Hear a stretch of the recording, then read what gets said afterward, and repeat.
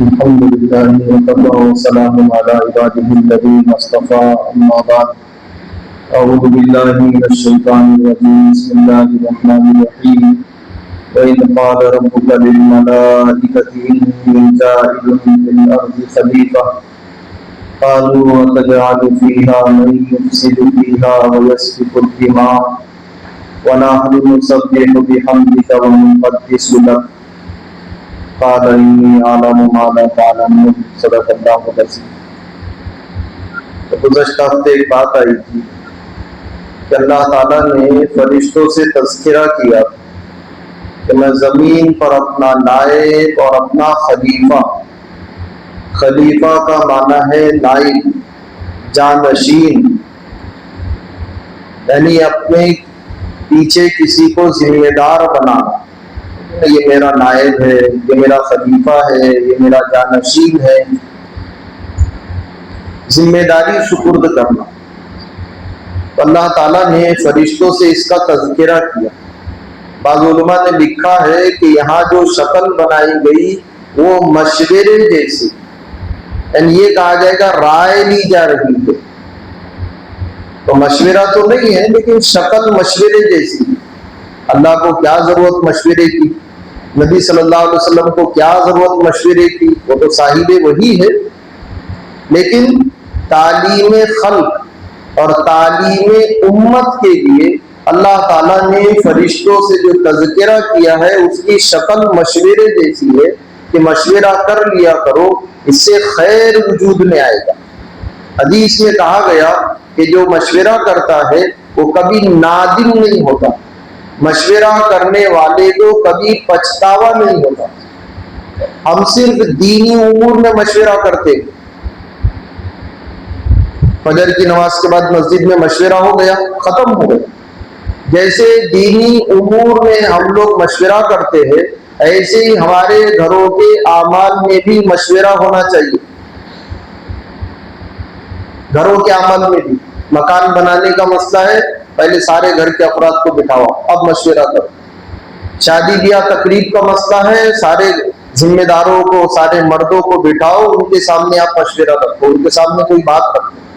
تو جیسے دینی امور میں مشورہ کیا جاتا ہے، دنیاوی امور میں بھی مشورہ کرنا چاہیے۔ مشورہ کرنے والا کبھی نادم نہیں ہوتا، اس کو کبھی افسوس، کبھی پچھتاوا نہیں ہوتا۔ مشورہ کرنے والے کو شرمندگی کا سامنا نہیں کرنا پڑتا ہے، وہ شرمندگی سے اور پچھتاوے سے محفوظ اور معمون ہوتا ہے۔ تو یہاں جو شکل اختیار کی گئی وَإِذْ قَالَ رَبُّكَ لِلْمَلَائِكَةِ، آپ کے رب نے فرشتوں سے کہا انی جاعل فی الارض خلیفہ، کہ میں زمین میں اپنا خلیفہ بنا رہا ہوں۔ تو فرشتے کہنے لگے اے اللہ، کیا آپ ایسی مخلوق کو پیدا کریں گے جو زمین میں خون ریزی، فساد، حکم عدولی، معصیت اور گناہ کے کام کرے گی؟ اور مفسرین نے بہت ساری باتیں لکھی ہے، اس میں ایک بات یہ لکھی ہے کہ یہاں فرشتوں کا یہ کہنا یہ بطور اعتراض کے نہیں ہے۔ فرشتوں کو اعتراض نہیں تھا کہ آپ ایسی مخلوق کو کیوں پیدا کر رہے ہیں جو زمین میں خون ریزی کرے گی، یہ بطور اعتراض کے نہیں ہے، بلکہ فرشتوں کے ذہن میں جو چیز تھی انہوں نے اس کو اللہ کے سامنے رکھا۔ کیا تھی ان کے ذہن میں چیز؟ چونکہ انہوں نے زمین پر دیکھا کہ جنات آپس میں فتنے اور فساد، لڑائی جھگڑے، گالی گلوچ، حسد اور دنیا بھر کے مسائل انہوں نے جنات اور شیاطین میں دیکھے تھے، تو یہ سمجھنے لگے کہ شاید انسان بھی ایسی ہی مخلوق ہوگی۔ جو اعمال یہ شیاطین اور جنات کرتے ہیں وہی اعمال انسان کریں گے۔ تو فرشتوں نے یہ جو جملہ کہا اتجعل فیہا، اے اللہ کیا آپ ایسی مخلوق کو بنائیں گے جو فساد اور خون ریزی کرے گی، یہ بطور اعتراض نہیں ہے۔ انہوں نے جنات اور شیاطین کی زندگی کو دیکھا تھا، وہ جنات اور شیاطین کی زندگی ان کے سامنے تھی، وہ یہ سمجھ رہے تھے کہ انسان بھی ایسا ہی ہوگا۔ خلیفہ کس کو کہتے ہیں؟ تو خلیفہ نائب کو کہتے ہیں، ذمہ دار کو۔ جیسے ہمارے یہاں کسی کو ذمہ داری دی گئی، کیا مطلب؟ یہ اب ہم نے ان کو اپنا خلیفہ بنایا۔ خلیفہ یہ بہت زیادہ امین آدمی ہونا چاہیے، بہت زیادہ دیندار اور متشرع ہونا چاہیے، سنت شریعت کا پابند ہونا چاہیے، دینی علم اس کے پاس ہونا چاہیے۔ یہ خلیفہ کے اوصاف، متشرع، نمازی، دیندار۔ اور آپ کو یاد ہوگا حضرت عمر رضی اللہ تعالیٰ عنہ جب کسی کو گورنر بناتے تھے تو علاقے والوں سے پوچھتے تھے کیا یہ گورنر، کیا یہ ذمہ دار جنازوں میں شریک ہوتا ہے؟ اگر لوگ کہتے کہ ہاں جنازے میں شرکت کرتے ہیں تو گورنری برقرار، اور اگر انہوں نے شکایت کی کہ نہیں جنازے میں نہیں آتے تو معزول کر دیا کرتے تھے، نکال دیا کرتے تھے، گورنری کے منصب کو چھین دیا کرتے تھے۔ پھر امت کی خیر خواہی، خلیفہ جو ہوگا اس کے اندر امت کی خیر خواہی، وہ لوگوں کا بھلا چاہنے والا ہو، یہ نہیں کہ تعدی، تشدد، ظلم، زیادتیاں، نفرتیں، ایسا نہیں۔ آپ کو یاد ہوگا یہ عام بیماری ہمارے پورے علاقے میں، کسی کا اگر انتقال ہو تو بھائی جنازے کی نماز کون پڑھائے گا؟ سب کے ذہن میں ایک بات آئے گی بیٹا، سب کے ذہن میں ایک بات آئے گی بھائی، سب کے ذہن میں ایک بات آئے گی ابا، سب کے ذہن میں ایک بات یہ آئے گی کہ قریبی رشتہ دار پڑھائے۔ یقیناً یہی اصول ہے، لیکن یہ دیکھا جائے گا کیا قریبی رشتہ دار دیندار ہے؟ اگر سگا بیٹا فاسق ہے وہ تھوڑی جنازے کی نماز پڑھائے گا، دیندار آدمی ہو۔ اور اگر دیندار نہیں ہے پھر جس امام کے پیچھے ہم فجر کی نماز پڑھتے ہیں، جس امام کے پیچھے ہم ظہر کی نماز پڑھتے ہیں، عصر، مغرب، عشاء کی نماز پڑھتے ہیں، تو اسی کو پھر جنازے کی نماز کی پڑھانے کی اجازت اور ترجیح دی جائے گی۔ کیوں دی جائے گی اس کو سننا آپ کو۔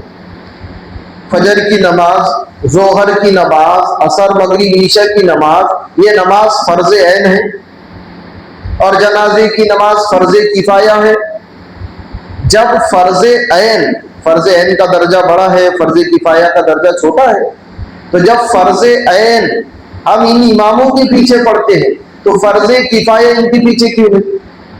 اگر ہمارا بیٹا متشرع دیندار ہے، صفات میں، خصائل میں، عادتوں میں ہمارے مسجد کے امام سے افضل ہے، یقیناً بیٹا پڑھائے گا، نہیں امام پڑھائے گا۔ اگر ابا صفات میں، خوبیوں میں، کمالات میں، علم میں، دین شریعت میں امام سے افضل ہے، ابا جنازے کی نماز پڑھائے گی، نہیں امام پڑھائے گا۔ ایسے بھائی کو لے لو آپ، چچا تایا کو لے لو آپ، جو قریبی رشتہ دار ہے اس میں دین میں، تقوی میں، طہارت میں، پاکیزگی میں امام سے افضل ہونا چاہیے۔ اگر تقوی اور طہارت میں، پاکیزگی میں، شریعت میں اگر ہمارا یہ قریبی رشتہ دار امام سے افضل ہے تو یہ نماز پڑھ نہیں، امام صاحب کو ذمہ داری دے گا، پڑھا لو۔ یہی حال خلیفہ کا، خلیفہ دیندار آدمی ہو، متشرع آدمی ہو۔ اب آپ اندازہ لگائے کہ اللہ تعالیٰ فرشتوں سے کہہ رہے کہ میں زمین میں اپنا خلیفہ، اپنا نائب بنا رہا ہوں۔ اور آپ کو یاد ہوگا کئی مرتبہ یہ بات آئی تھی اس سے پہلے بھی، لیکن چونکہ بیماری جب ایک مرتبہ جگہ پکڑ لے نا تو جلدی نہیں چھوڑتی۔ جیسے بچوں کو کاجلیں نکلتے تو ایک لمبے زمانے تک کالے نشان باقی رہتے، زخم ہو گئی تھی، زخم سوکھ گئی، کالا نشان باقی رہ گیا، موڑے پھنسیاں ہوئے تھے، ختم ہو گئی، نشان باقی رہ گیا۔ ایکسیڈنٹ ہوا تھا، آپریشن ہوا، آپ دیکھو نا لمبے زمانے تک اس کے نشان باقی رہ گئے۔ ایسی جو امراض ہے، جو بیماریاں ہیں، وہ نشانات چھوڑ کر جاتے ہیں، جلدی ختم نہیں ہوتی۔ تو ایک بیماری یہ ہے، ہم نائی اور حجام کو جو خلیفہ کہتے ہیں، نائی اور حجام کو خلیفہ کہنا ابو بکر اور عمر رضی اللہ تعالی عنہما کو گالی دینا ہے۔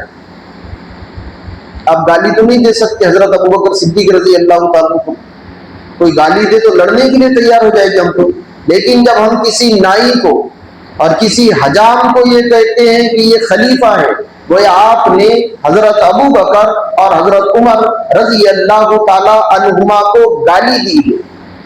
کیوں معلوم ہے آپ کو؟ کیونکہ یہ جو خارجی لوگ ہیں، باغی جو لوگ تھے، رافضی جو لوگ ہیں جن کو روافض کہا جاتا ہے، شیعہ جو لوگ ہیں، ان کا یہ کہنا ہے کہ جو درجہ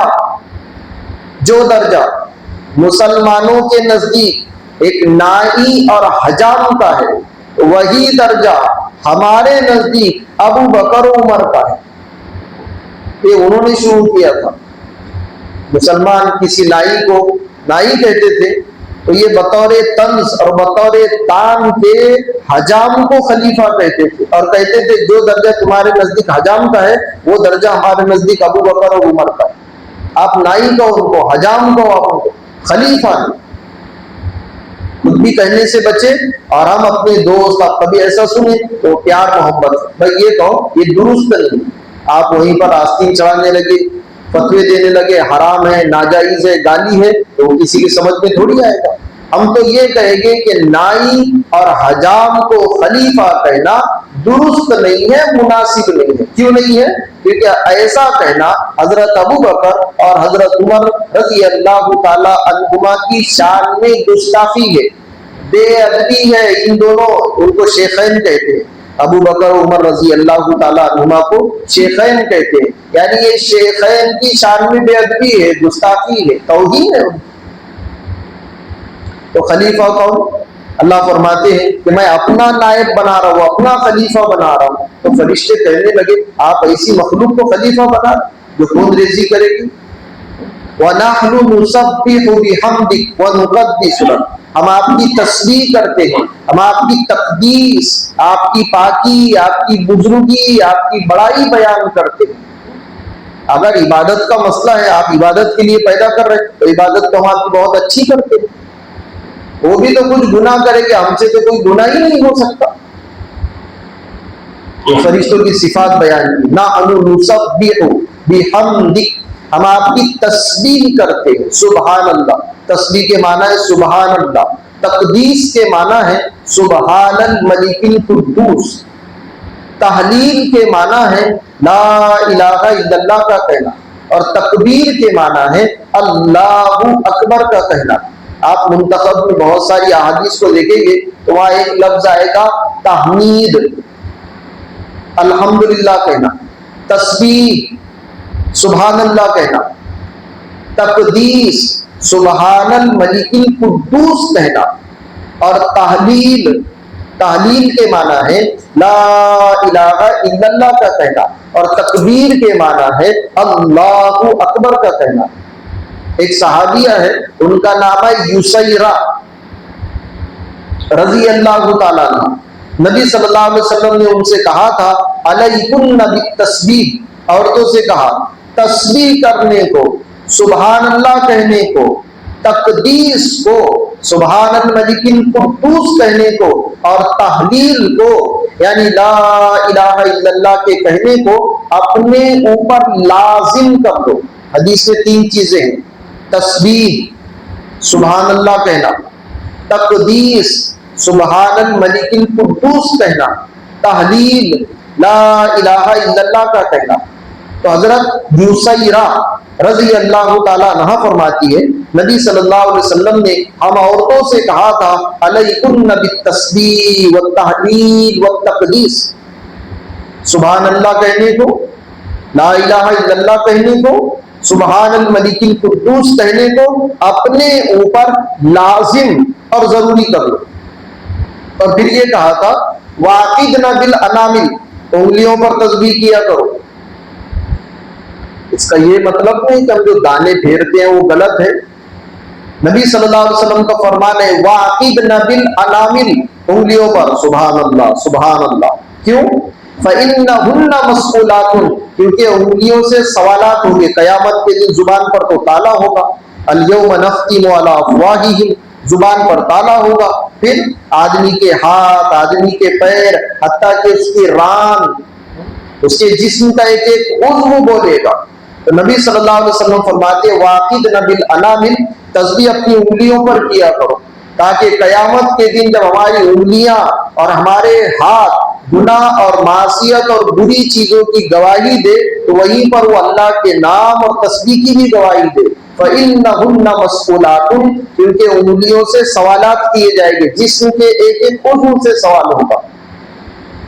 ایک روایت میں نبی صلی اللہ علیہ وسلم کا فرمان ہے سبحان اللہ و بحمدہ من قال سبحان اللہ و بحمدہ غرست لہ نخلۃ فی الجنہ. ایک مرتبہ کہا تھا کسی نے سبحان اللہ و بحمدہ، ایک بار کہا کسی نے سبحان اللہ و بحمدہ. اور ہم نے اس سے پہلے بھی آپ کو ایک بات بتا دی، جب بھی ایسا کوئی کہے تو اس وقت دل میں کہہ لینا چاہیے ایسا، کیونکہ سننے سے آپ کو یہ فضیلت نہیں ملے گی، آپ اگر کہیں گے تو آپ کو یہ فضیلت ملے گی. تو حدیث میں ہے من قال سبحان اللہ و بحمدہ، جو آدمی سبحان اللہ و بحمدہ ایک مرتبہ کہے غرست لہ نخلۃ فی الجنہ، ایک مرتبہ کہنے کی وجہ سے اللہ تعالیٰ جنت میں اس کے لیے ایک درخت لگا دے. اب جتنی مرتبہ کہو اتنے درخت لگے گے. جب جنت میں درخت لگے گا تو جنت میں جائے گا بھی کوئی. پتہ یہ چلا کہ سبحان اللہ و بحمدہ کہنے والا جنت میں جائے گا. ایک روایت میں ہے نبی صلی اللہ علیہ وسلم سے پوچھا گیا تھا ای الکلام خیر، ای الکلام خیر یا ای الکلام افضل، سب سے بہتر بات کون سی اور سب سے افضل بات کون سی؟ تو نبی صلی اللہ علیہ وسلم نے فرمایا تھا سبحان اللہ و بحمدہ.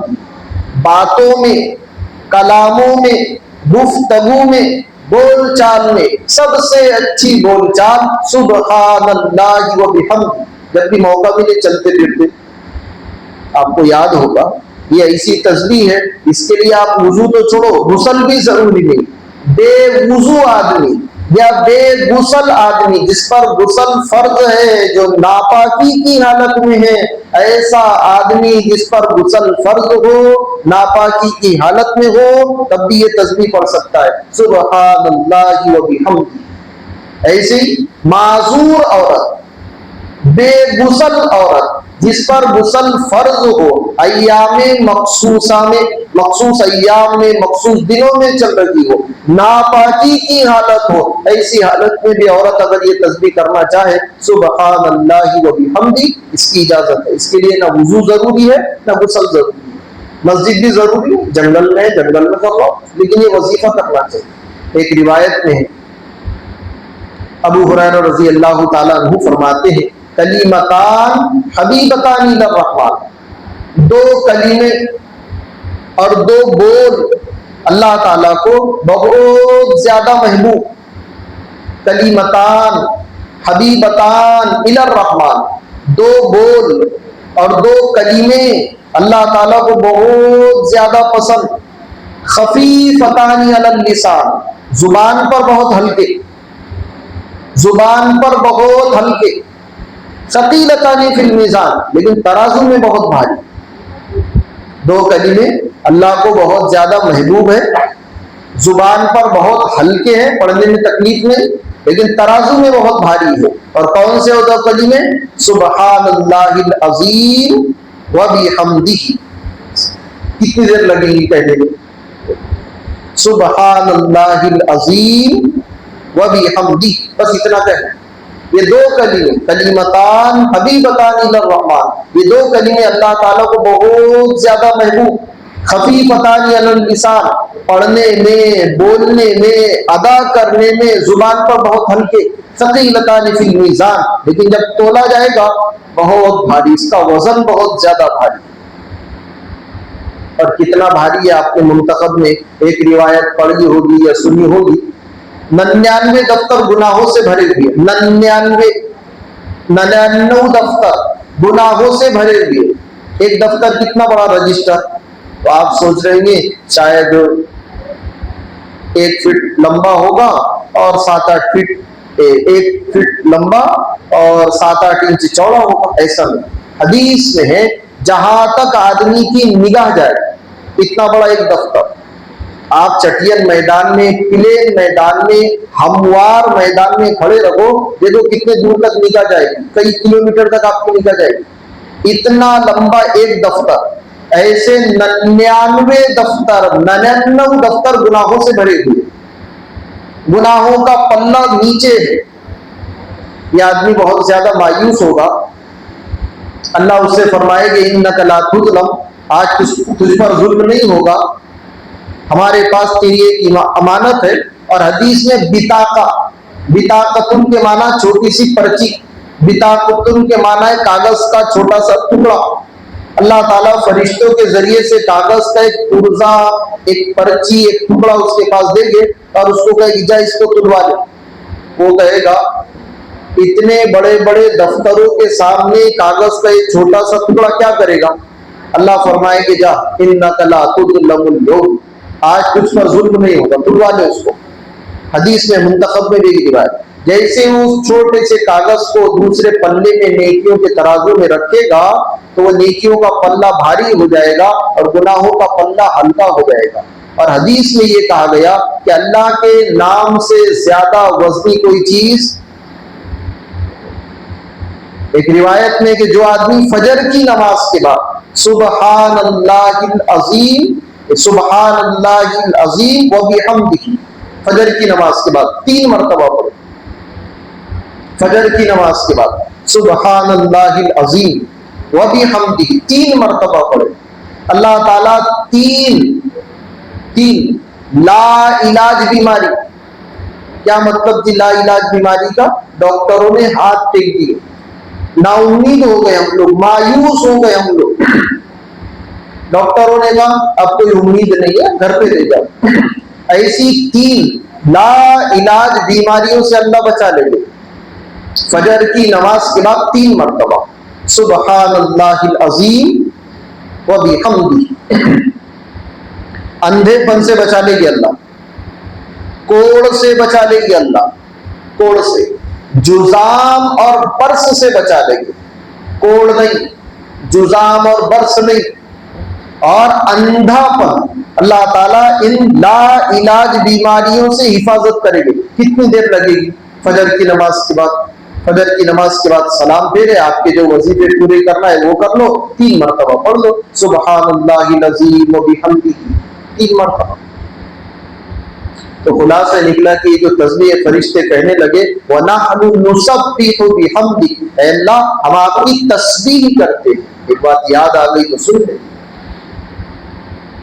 اللہ تعالیٰ نے جب عرش کو پیدا کیا تو عرش کی کتنا بڑا ہے اس کو ہم صحیح ڈھنگ سے سمجھا نہیں سکتے. اس کی اگر آپ کو بڑائی سمجھنا ہے کتنا بڑا ہے تو آپ اندازہ لگاؤ. یہ جو پہلا آسمان ہے، پہلا آسمان، پہلے آسمان کے سامنے یہ پوری دنیا کتنی بڑی، پوری دنیا کتنی بڑی ہے. پہلے آسمان کے سامنے پوری دنیا کتنی بڑی، جیسے ایک بہت بڑا میدان ہو اور اس میں چھوٹی سی گولی کانچ کی، جیسے بہت بڑے میدان میں کانچ کی گولی ہے کوئی حیثیت؟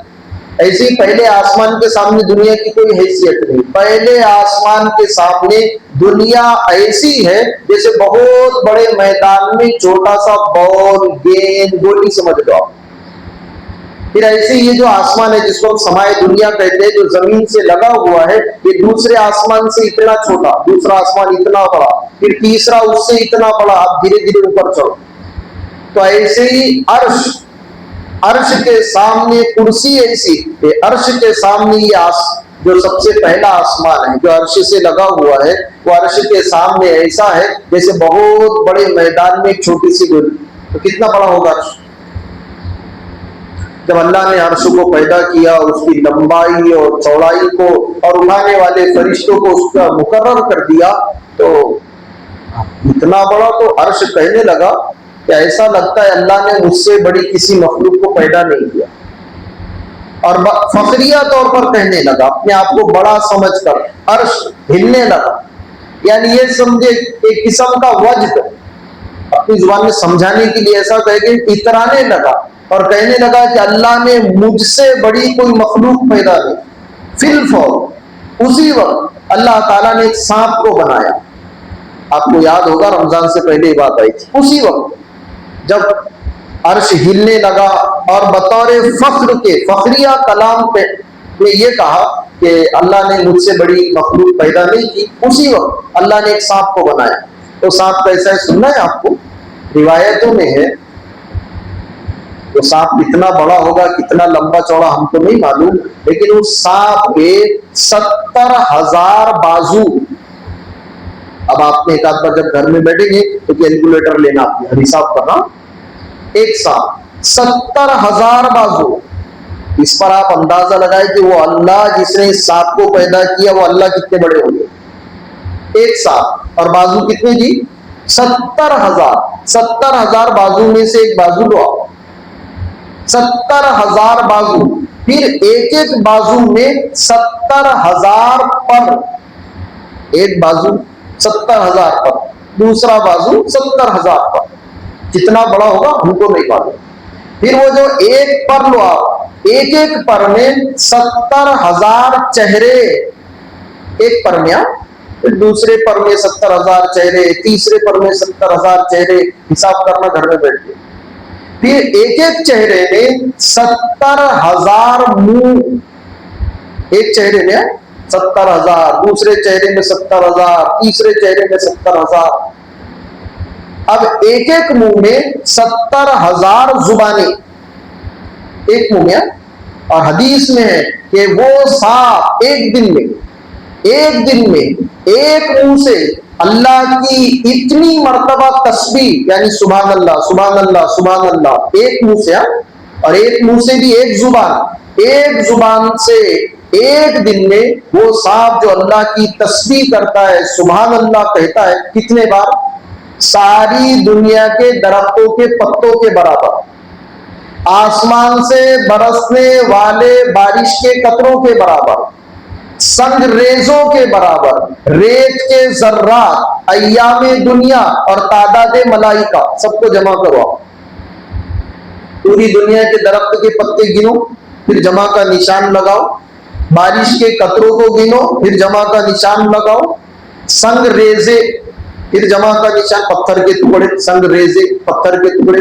ریت کے ذرات گنو آپ اس کو, پھر جمع کا نشان لگاؤ. ایام دنیا, جب سے دنیا بنی تب سے لے کر آج تک کتنے دن, اس کو لکھو, پھر جمع کا نشان. اور تعداد ملائکہ, فرشتوں کی تعداد. فرشتے کتنے معلوم ہے آپ کو؟ ایک روایت میں ہے زمین پر بیت اللہ ہے, تو بیت اللہ کے بالکل محاذ میں, بالکل سیدھ میں ایک گھر ہے سمائے دنیا پر, جس کا نام ہے بیت المعمور. اس کو بیت العزت بھی کہتے ہیں. یہ جو ہمارا خانہ کعبہ ہے مکہ مکرمہ میں, اس کی بالکل محاذ میں, بالکل سیدھ میں, اتنی سیدھ ہے کہ آپ اگر پتھر ڈالیں گے بیت المعمور سے, بیت العزت سے جب آپ کوئی چیز نیچے ڈالیں گے تو سیدھا بیت اللہ اور خانہ کعبہ پر گرے گی, اتنا سیدھ میں ہے اس کے. تو ہم لوگ خانہ کعبہ کا طواف کرتے ہیں, فرشتے بیت المعمور کا طواف کرتے ہیں. فرشتوں کی تعداد دیکھنا آپ نے کتنے ہیں.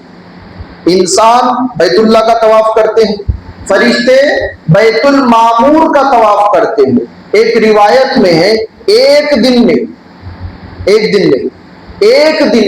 70,000 فرشتے بیت المعمور کا طواف کرتے ہیں. ایک دن میں 70,000. حدیث کا ٹکڑا یہ ہے, جس فرشتے نے ایک بار طواف کر لیا قیامت تک نمبر نہیں آئے گا. ایک دن میں 70,000, اب پھر دوسرے دن 70, پھر تیسرے دن 70. تو ایک دن میں ہم لوگ خانہ کعبہ کا طواف کرتے ہیں بیت اللہ کا, فرشتے بیت المعمور کا جو سمائے دنیا پر ہے اس کا طواف کرتے ہیں ایک دن میں 70,000. اور جس فرشتے نے ایک مرتبہ طواف کر لیا قیامت تک اس کا, دیکھو نا, ایک دن میں 70,000 کتنے ہو گئے؟ 2026 تو یہ چل رہا ہے, اس سے پہلے دیکھو آپ کب سے دنیا بنی, ابھی کتنی باقی ہے. تو فرشتوں کی تعداد بھی ہم گن نہیں سکتے. تو حدیث میں ہے کہ اللہ نے ایک بہت بڑے سانپ کو بنایا جس میں 70,000 بازو, ایک ایک بازو میں 70,000 پر, ایک ایک پر میں 70,000 چہرے, ایک ایک چہرے میں 70,000 منہ, ایک ایک منہ میں 70,000 زبان. ایک زبان سے ایک دن میں وہ سانپ جو اللہ کی تسبیح کرتا ہے, کتنی تسبیح کرتا ہے ایک زبان سے ایک دن میں؟ کتنی؟ آسمان سے برسنے والے بارش کے قطروں کے برابر. پورے آسمان سے جو بارش کے قطرے گر رہے اس کو گنو, پھر جمع کا نشان لگاؤ. پھر درختوں کے پتوں کے برابر, پھر جمع کا نشان. سنگ ریزہ کا مطلب ہے پتھر کے ٹکڑے. ریت کے ذرے, ایام دنیا, دنیا کے دن, اور تعداد ملائکہ فرشتوں کی تعداد، یہ سب کو جب آپ جمع کریں گے نا، جتنا عدد ہوگا اتنا وہ سانپ ایک دن میں ایک زبان سے اللہ کی تسبیح یعنی سبحان اللہ کہتا ہے۔ تو آپ اندازہ لگاؤ، ایک زبان سے تو 70,000 زبانیں، ایک منہ تو 70,000 منہ، پھر اس کے بعد 70,000 پر 70,000 بار وضو۔ اور اللہ تعالیٰ نے جب اس سانپ کو توق بنا کر عرش میں لپیٹا تو سانپ کتنا بڑا تھا معلوم ہے آپ کو؟ وہ سانپ جو ہے یعنی یہ سمجھو کہ جتنا عرش ہے اس سے دگنا، عرش سے ڈبل، وہ سانپ اتنا بڑا۔ جب عرش نے دیکھا کہ بھائی اللہ نے مجھ سے بڑی مخلوق کو پیدا کیا ہے، تو پھر اس کے اندر عاجزی آ گئی، اس کو ندامت ہو گئی۔ تو فرشتوں نے یہ کہا تباری تعالیٰ سے، اے اللہ ہم آپ کی تسبیح کرتے ہیں، یعنی ہم سبحان اللہ کہتے ہیں، وَنُقَدِّسُ لَكَ، ہم سبحان الملک القدوس کہتے ہیں، ہماری پوری زندگی عبادت میں گزرتی ہے، آپ ایسی مخلوق کو کیوں بنا رہے جو زمین میں خون ریزی اور فساد کرے گی؟ باری تعالیٰ نے بس اتنا کہا تھا، انی اعلم ما لا تعلمون، جتنا میں جانتا ہوں اتنا تم نہیں جانتے۔ پھر اللہ تعالیٰ نے آدم علیہ نبی علیہ السلام کو چیزوں کے نام سکھلائے، پیالے کے نام، اوزار کے نام، دال کے نام، کھانے یعنی جتنی مستعمل استعمال کی جانے والی چیزیں ان کے نام سکھلائے۔ پھر فرشتوں سے کہا نام بتاؤ، تو فرشتے کہنے لگے سبحانک لا علم لنا الا ما علمتنا انک انت العلیم الحکیم، آپ کی ذات بڑی پاک ہے، ہم کو نہیں معلوم، ہم کو تو اتنا معلوم ہے جتنا آپ نے بتایا ہے۔ پھر آدم علیہ نبی علیہ السلام سے کہا آدم اب تم ان چیزوں کے نام بتاؤ، تو انہوں نے من و ان جو کا تو ایک ایک چیز کا نام بتا دیا۔ پھر باری تعالیٰ نے جب فضیلت ظاہر ہو گئی تو فرشتوں سے یہ کہا کہ اب تم آدم کو سجدہ کرو، سارے کے سارے سجدے میں گر گئے سوائے شیطان۔ شیطان نے قیاس کیا، اپنی عقل دوڑائی اور یہ کہا مجھے آگ سے بنایا گیا، اس کو مٹی سے بنایا گیا، آگ اوپر جاتی ہے مٹی نیچے آتی ہے، اس نے مجھے سجدہ کرنا چاہیے۔ اور پھر راندہ درگاہ، راندہ درگاہ کیا مطلب؟ گھر سے نکال دیا گیا، گھر سے بھگا دیا گیا، اس کو گھر سے نکال دینا، راندہ مردود اور ملعون بنا دیا گیا۔ پھر آدم علیہ نبی علیہ السلام جنت کے اندر ہے، ان کی بیوی حضرت حوا رضی اللہ تعالیٰ عنہ وہ بھی جنت کے اندر ہے، شیطان جنت کے باہر ہے۔ اب بہکایا کیسے؟ تو یہ بہت آسان چیز ہے، شیطان نے کیسے بہکا، اپنے کو کیسے بہکا رہا ہو؟ دکھتا اللہ نے اس کو قوت تصرف جس کو کہیں گے، وہ تصرف کرتا ہے، اس کا دکھنا کوئی ضرور نہیں، خیالات ڈالتا ہے، ایسے بہکا دیا۔ بعض لوگوں کا یہ کہنا ہے کہ نہیں، جیسے گزشتہ آیا تھا مور کے منہ میں بیٹھ کر گیا تھا، بعض نے کہا سانپ کے منہ میں بیٹھ کر گیا تھا، بعض نے یہ کہا کہ اس کو جنت میں جانے کی اجازت نہیں تھی، لیکن ان دونوں کو تو جنت کے اخیر تک آنے کی اجازت تھی۔ ہو سکتا ہے وہ جنت کے بالکل اخیر میں آئے ہو، یہ جنت کے بالکل قریب آیا ہو اور قسمیں کھانے لگا، قاسمہما انی لکما لمن الناصحین، میں تمہارا بڑا خیر خواہ ہوں، اللہ نے کہہ دیا تھا اس درخت کے قریب مت جانا۔ بعض نے کہا گیہوں کا درخت تھا، بعض نے کہا کافور کا، بعض نے کہا انگور کا، بعض نے کہا انجیر کا، صحیح کیا ہے اللہ بہتر جانتے۔ تو چاہے گیہوں کا درخت ہو، انگور کا ہو، کافور کا ہو یا انجیر کا ہو، باری تعالیٰ نے بس اتنا کہا اس درخت کے قریب مت جانا، اور کلا منہا رغدا حیث شئتما، پوری جنت میں گھومتے رہو، کھاتے پھرتے رہو، بس اس درخت کے قریب نہ جانا، بچتے تھے۔ شیطان ایک مرتبہ آ کر کہنے لگا تم کو معلوم ہے یہاں جانے سے کیوں منع کیا؟ اس کی وجہ یہ ہے اللہ چاہتے ہیں کہ تم جنت میں ہمیشہ نہ رہو، اگر تم اس درخت کے قریب چلے گئے تو تم فرشتے بن جاؤ گے، پھر تم جنت میں ہمیشہ ہمیشہ رہو گے، اور مشورہ تو یہ ہوا ہے کہ تم کو زمین پر اتارنا ہے، اور قسمیں کھائی۔ آپ سوچ رہے ہیں آدم علیہ نبی علیہ السلام کے اتنا بھی سمجھ میں نہیں آئے کہ شیطان ہے؟ نبی غیب کا علم نہیں جانتے، نبی غیب کی خبریں بتاتے ہیں، غیب کا علم سوائے اللہ کے کسی کو نہیں۔ دوسرا ہے کہ اس سے پہلے کسی نے جھوٹی قسم کھائی نہیں تھی کہ ان کو معلوم ہو جاتا۔ شیطان قسمیں کھانے لگا میں تمہارا بہت خیر خواہ، ایک مرتبہ کھا لو ہمیشہ جنت میں رہو گے، دنیا میں جاؤ گے دنیا بھر کی مصیبتیں اٹھاؤ گے۔ چنانچہ آدم علیہ نبی علیہ السلام نے انکار کیا، اہلیہ پیچھے پڑ گئی۔ اب وہ پیچھے پڑنے کے بعد تو مستقل سے آپ میں سے کوئی سوچے جب تو ہم کو گھر کی سننا پڑتا، ہمارے ابا نے سنے تھے تو ہم کیوں نہیں سنیں گے بھائی؟ اور تو ابو البشر ہے۔ آدم علیہ نبینا علیہ السلام حضرت حوا رضی اللہ تعالی عنہا کی ترغیب اور تشکیل پر تیار ہو گئے، درخت کے قریب گئے، جیسے ہی درخت کے قریب گئے اس پھل کو چکھا، بدن کے سارے کپڑے اتر گئے۔ ایک قول کے مطابق نور کا لباس پہنایا جاتا، نورانی لباس، نورانی۔ اب جیسے گناہ ہوا تو آپ کو یاد ہوگا گناہوں کے اندر ظلمت ہے، کالا پن ہے۔ آپ نے سنا ہوگا جب آدمی گناہ کرتا ہے تو دل پر ایک کالا دھبا لگتا ہے، توبہ کرتے ہیں تو دھبا دھل جاتا ہے، توبہ نہ کرے دوسرا گناہ کرے دو دھبے، دو نشان دل پر لگے، توبہ کر لے دونوں دھل جائیں گے، توبہ نہ کرے تیسرا گناہ کرے تین دھبے، گناہ کرتے رہے توبہ نہ کرے پورا دل کالا ہو جائے گا۔ ایسے ہی اللہ تعالیٰ نے وہ جو حجر اسود ہے آپ نے دیکھا ہوگا خانہ کعبہ کے اندر ایک سفید ہے، وہ جو سفید ہے نا اس کو حجر اسود نہیں کہتے، وہ چاندی کا کھول ہے۔ وہ خانہ کعبہ کا آپ نے تصویر اور فوٹو دیکھی ہوگی تو اس میں ایک سفید حلقہ ہے، اس کے اندر کالا ہے۔ وہ جو سفید ہے اس کو حجر اسود نہیں کہتے، وہ سفید چاندی کا کھول، اس کے اندر جو کالا ہے اس کو حجر اسود کہتے ہیں۔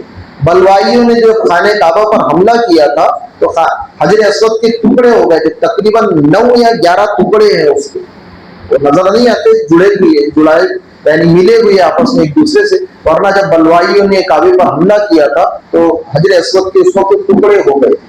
تو سفید گلاب جو ہے، سفید جو کھول ہے جو چاندی کا ہے اس کے اندر حجر اسود ہے۔ حدیث میں ہے نزل الحجر الاسود من الجنہ، یہ جو حجر اسود آپ کو کالا نظر آ رہا ہے یہ جنت سے اترا ہے۔ وَهُوَ أَشَدُّ بَيَاضًا مِنَ اللَّبَنِ، جب یہ جنت سے اتارا گیا اس وقت کالا نہیں تھا، وہ دودھ سے زیادہ سفید تھا، اب کالا ہے۔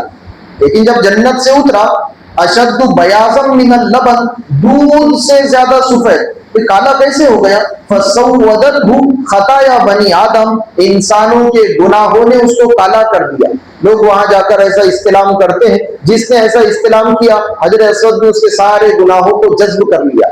آپ کو یاد ہوگا کہیں آپ نے سنا پڑا ہوگا کہ حاجی جب حج سے واپس آتا ہے تو ایسا ہوتا ہے جیسے آج ہی اپنی ماں کے پیٹ سے پیدا ہوا، سارے گناہوں کو حجر اسود نے جذب کر لیا۔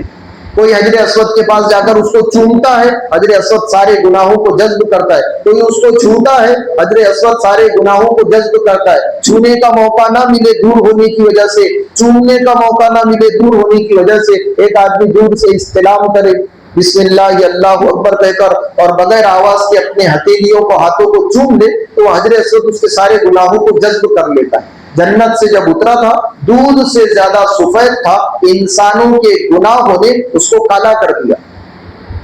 تو آدم علیہ نبینا علیہ السلام کے بدن پر نورانی لباس، نور کے کپڑے تھے۔ جیسے یہ گناہ ہوا اب نور ختم ہو گیا، اب تو ظلمت ہی ظلمت ہے، بس اندھیرا ہی اندھیرا ہے، کالا پن ہی کالا پن تھا۔ اپنے سطر کو چھپانے کے لیے ادھر ادھر بھاگ رہے تھے۔ پھر انجیر کے درخت نے اپنے پتے دیے تھے، اس لیے علماء نے لکھا ہے، اطباء نے ماہرین نے لکھا ہے کہ انجیر کے اندر سخاوت زیادہ ہے، انجیر کھانے کے نفع بہت زیادہ ہے۔ اللہ تعالیٰ ہم تمام کو صحیح سمجھ نصیب فرمائے۔ تھوڑا ایسے بیٹھ جائے جیسے ہم لوگ قاعدے میں رہتے ہیں۔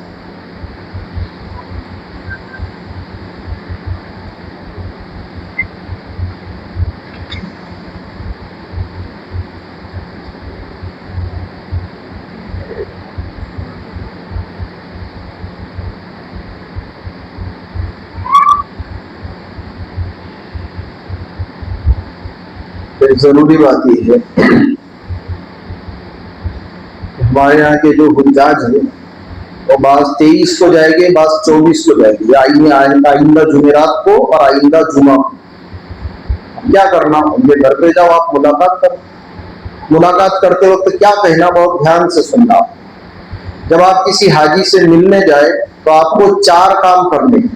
نمبر 1 سلام کرنا، ہم سلام کریں، یعنی ملنے والا سلام کرے گا، چاہے جانے والا عمر میں، درجے میں، رشتہ داری میں ہم سے چھوٹا ہی کیوں نہ ہو۔ مثال کے طور پر بھتیجا حج کو جا رہا ہے، چچا جائے سلام کرے، پوتا جا رہا ہے، دادا جائے سلام کرے۔ تو جو ملاقات کرنے والے ہیں ان سے یہ کہا گیا اذا لقیت الحاج فسلم علیہ، جب تم کسی حج کو جانے والے سے ملاقات کرو تو یہ جو ملاقات کرنے والا ہے یہ سلام کرے. ایک کام سلام. نمبر 2 وصافیہ، اور مصافحہ کرنا. مصافحہ، آپ کو اگر معانقہ کرنا ہے، گلے ملنا ہے، وہ آپ کی بات ہے. 2 کام ہو گئے، سلام کرنا، مصافحہ کرنا.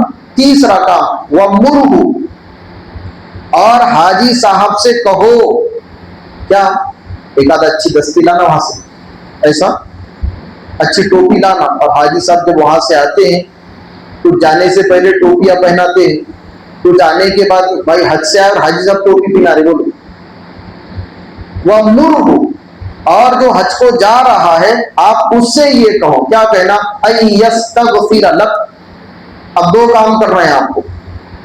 جو حج کو جا رہے ہیں جب آپ ان سے ملو تو ان سے یہ کہو اگر آپ کو یاد رہا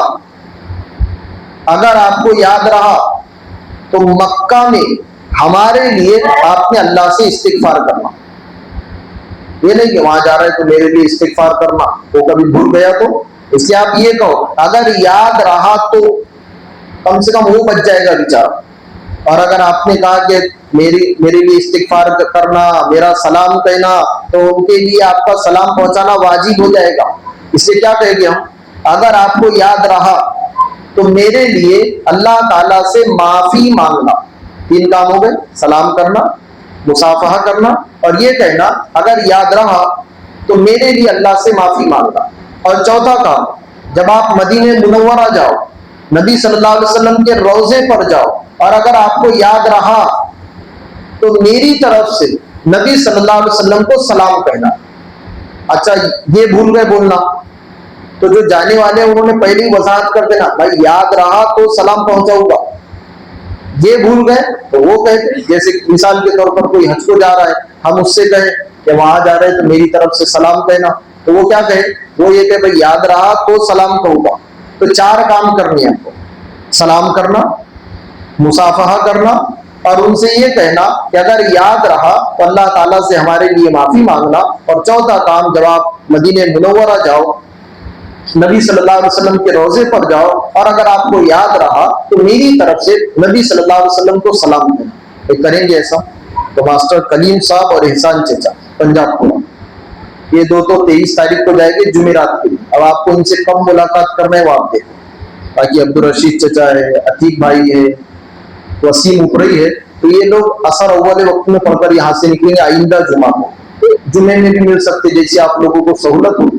اب ایک اہم بات یہ کہ عام طور پر ایسا ہوتا ہے ایک آدمی جب حج کو جاتا ہے تو حج کا خرچہ الگ، وہاں کے ریال کا خرچہ الگ، ادھر سے خریدی کر کے لانا ہے وہ الگ، اور پھر جانے سے پہلے سارے گاؤں کو کھانا کھلانا ہے اس کا خرچہ الگ ہے. بہت دھیان سے سنیں. اگر کسی حاجی کے گھر پہ دعوت ہو تو تعلقات والے دوست انہوں نے تو جانا ہی نہیں بالکل. ہاں رشتہ داروں کے لیے تھوڑی سی رخصت ہے، کیونکہ بعض مرتبہ ایسا ہوگا ایک رشتہ دار آیا ان کے لیے کھانا بناؤ، دوسرا آیا تو ایک اچھی صورت ہے آپ کے جو قریبی رشتہ دار ہے آپ کو ایسا لگتا ہے کہ یہ آنے والے، آپ فون کر کے مت بلاؤ تم نے آنا. اگر ایسا لگتا ہے کہ یہ آنے والے ہیں تو آپ ایک دن طے کر لو کہ بھائی یہ دن ہم نے رشتہ داروں کو جوڑے. اس میں گاؤں والا نہیں، یعنی ہمارے دوست نہیں، یہ ہمارے پڑوسی ہے، آپ پڑوسیوں کو تھوڑا سا ایک طرف کر دو، آپ کے صرف رشتہ دار. وہ بھی ایسا کہ ویسا بھی یہ آنے والے تھے، اگر ہم آج نہیں کھلاتے تو جس دن جائیں گے اس دن آئیں گے. اب اس دن ہمارے جانے کا مسئلہ، اب جانے کی تیاری رہے گی، گھر چھوڑنے کا مسئلہ رہے گا، ان کے کھانے کا مستقل ایک مسئلہ رہے گا. اگر آپ اس نیت سے، ہمارے جو الفاظ ہے اس کو اپنے ذہن میں رکھنا، اگر آپ اس نیت سے پہلے کھانا کھلائیں کوئی حرج نہیں. لیکن صرف رشتہ دار آپ سوچیں ان کو بھی کھلا لیتے ہیں ان کو بھی کھلا لیتے ہیں تو یہ درست نہیں. اور کھانا کیوں کھلاتے تھے معلوم ہے آپ کو؟ پہلے حاجی لوگ مہینوں کا سفر ہوا تھا، 6 مہینے کا سفر، سال بھر کا سفر، اکثر لوگ کفن ساتھ میں لے کر جاتے تھے. آپ سوچ رہے ہیں آج بھی لے کر جاتے؟ وہ لے کر نہیں جاتے، وہ زمزم میں بھگا کر لانے کے واسطے لے کر جاتے. وہ تو شادی کی تاریخ طے کر کے جا رہے ہیں نا کہ میرے آنے کے بعد شادی ہوگی، مطلب مرنے کا ارادہ تھوڑی ہے. اس سے اب کفن لے جا کر کوئی فائدہ ہے نہیں.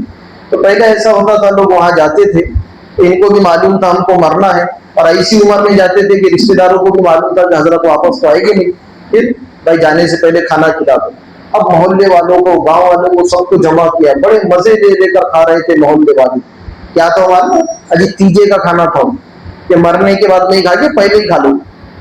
کوئی فرق نہیں ہے اس میں اور تیجے کے کھانے میں, کوئی فرق نہیں ہے اس میں اور 10ویں کے کھانے میں. اس سے ہماری گزارش ہے, اگر اپنے گاؤں میں آپ کو دعوت ہے, آپ کی رشتے داری ہے, جاؤ آپ, لیکن تعلقات کی بنیاد پر, بھائی وہ بلا رہے تھے ہم چلے گئے, انہوں نے بلانا نہیں چاہیے, ہم نے جانا نہیں چاہیے. بعض مرتبہ وہ یہ سوچتے تھے نہیں بلائے تو حضرت ناراض ہو جائے گا, اس لیے وہ بلاتے ہیں. آپ صاف کہو بھائی کوئی مسئلہ نہیں, اگر آپ دعوت نہیں دیتے تو بھی کوئی ناراضگی کی بات نہیں, وہ کوئی دعوت کرانا فرض ہے. ایک حاجی آدمی حج کو جا رہا ہے, لاکھوں روپے خرچہ ہو رہا ہے اس کا, پھر یہ ایک مصیبت ہے, اتنا خرچہ اور کر لو آپ. اور امراوتی میں تو آپ شہروں میں تو آپ دیکھیں گے نا, بہت برے حال ہے. یعنی اتنی بڑی رقم خرچ ہوتی ہے جتنے ایک آدمی کا حج ہوتا ہے کھانے کا. اس لیے ہماری آپ سب سے گزارش ہے, ہمارے گاؤں میں بھی لوگ جائیں گے, اگر آپ رشتے دار ہیں بالکل جاؤ آپ, لیکن دوستی کی بنیاد پر, تعلقات کی بنیاد پر, ہمارا بہت گھروبا ہے, اٹھنا بیٹھنا ساتھ میں, اس کی بنیاد پر اگر کہیں سے دعوت آئے, انہوں نے دینا نہیں چاہیے, دے دیے تو ہم نے جانا نہیں چاہیے. کریں گے بے شک اس کی فکر, 4 کام کرنا, سلام کرنا, مصافحہ کرنا ان سے, یہ کہنا اگر سہولت سے آپ کو یاد رہا تو ہمارے لیے اللہ سے معافی مانگنا, اور اگر یاد رہا تو نبی صلی اللہ علیہ وسلم کے روضے پر سلام کرنا.